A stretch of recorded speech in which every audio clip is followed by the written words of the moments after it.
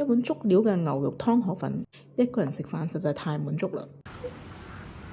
今晚自己一個人食飯，行下超市睇下有啲咩想食嘅，見到啲菜真係幾新鮮。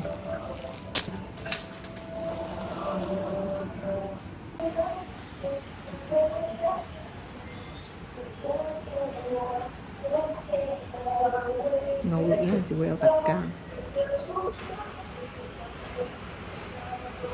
我最尾都係揀咗盒吊龍同牛肉丸。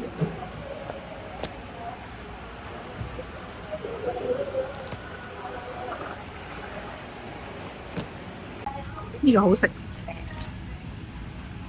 特價啊！今晚就食呢個。買到個溏心蛋，熱量唔係好高，而且仲唔使自己整。牛肉買返嚟呢，我只係簡單咁攞少少鹽、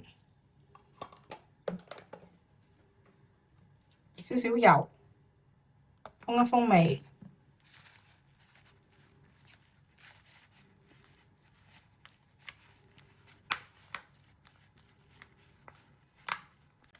好，一個人份，我大概一個人就係煮100克左右，咁呢度300克，我大概煮一半。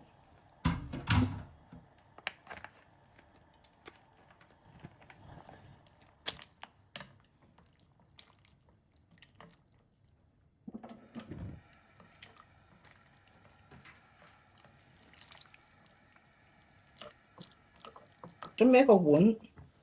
落少少鹽，少少味精。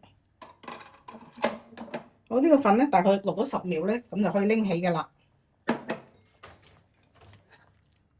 10秒就可以撈起。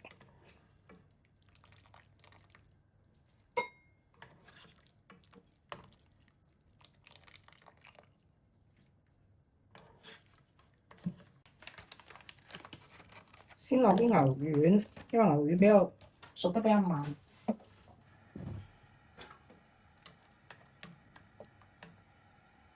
錄緊嘅時候呢，咁我哋就落牛肉啦。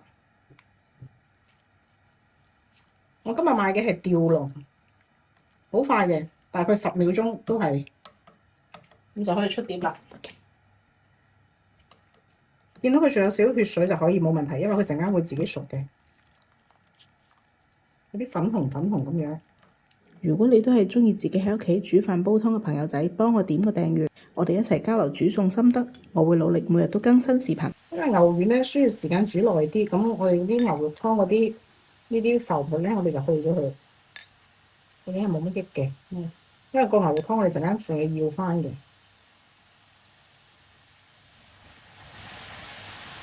我都可以啦。咁啊撈起佢。最後呢，落蔬菜，基本上都唔使落油㗎啦，因為佢有啲牛油喺入邊。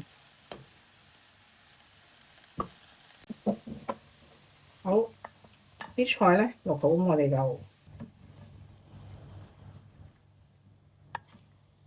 潮汕牛肉湯一定要有芹菜嘅，所以呢，我平時都會買定一啲小芹菜，雪凍佢放喺冰箱，跟住陣間加返啲牛肉湯呢，佢個味就係好新鮮嘅。再加啲蒜蓉。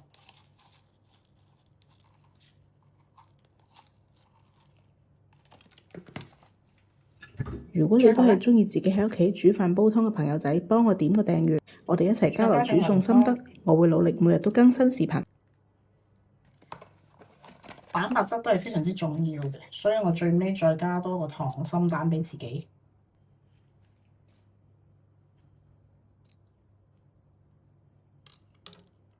一個人食飯都可以又快手又健康。鮮牛肉湯河粉分享俾大家，希望你哋鍾意啊！記得幫我點讚、訂閱、share 俾朋友。